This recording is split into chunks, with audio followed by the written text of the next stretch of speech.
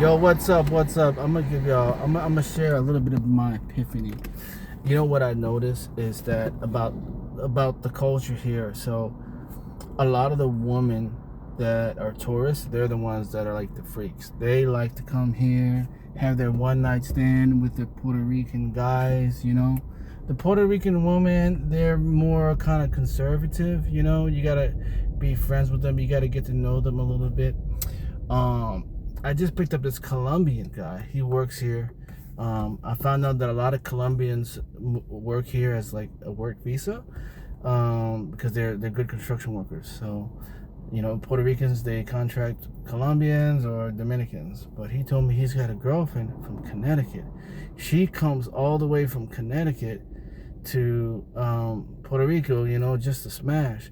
So it's interesting. You know what I mean? You got a lot of people going to, they call them passport bros, right? You got a lot of guys go to Colombia and all these, Latin countries to hook up with women.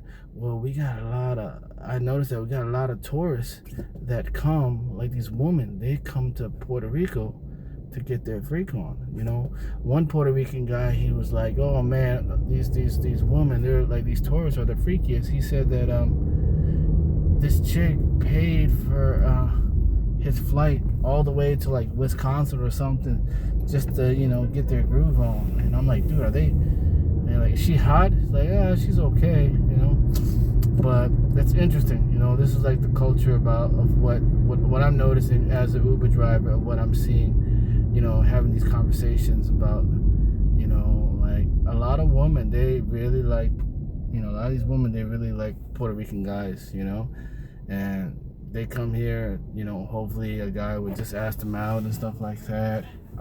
There's something about that Latin flavor, the Puerto Rican, that maybe because of Bad Bunny. I think Bad Bunny started everything, but yeah, just wanted to share that. Yeah, so another thing that I wanted to say is that there was another situation where I picked up this tourist, and she said he'll drop me off to this guy's place, and I'm like, what? Who's this guy? And she said, it's a Puerto Rican guy. He's a bouncer, security guy, and so pretty much they're just gonna do the wild thing, what I found out is that bartenders, if you work security at a club, those are the ones that get all the ladies, all these tourists, And when I pick up these bartenders and I ask them about that, they tell me, they're like, yeah, the tourists they're the freakiest. But the locals, they're not. They're more kind of like, the young ones have all their drug dealer boyfriends with a gun and stuff like that. Anyway, I was gonna say too, there was this other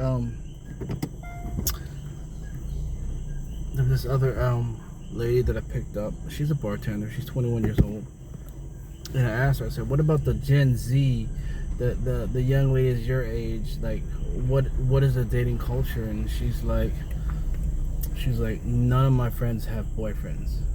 But yeah, like if they got a dude that they wanna, some of them may have a dude that they just wanna have fun with, bedroom fun, but none of them have. I was like, that's interesting, Well, I remember when I was, in my early 20s, I would see a lot of my friends getting married and stuff like that, and wanting to get married, but this generation is not like that.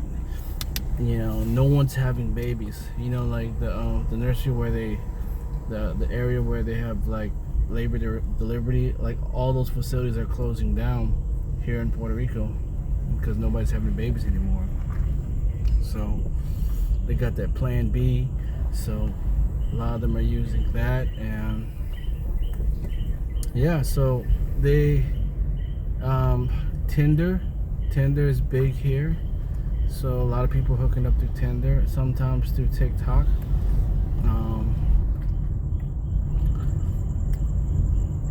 Yeah, just kind of share the dating culture here in PR. Well, on the top of my head, I'm trying to think of some other stories. Yeah, that European chick, I picked up a couple weeks ago. She said that she just wants to meet any Puerto Rican guy just so she could have a baby. She wants to have a half Norwegian and half Puerto Rican child. I thought that was funny.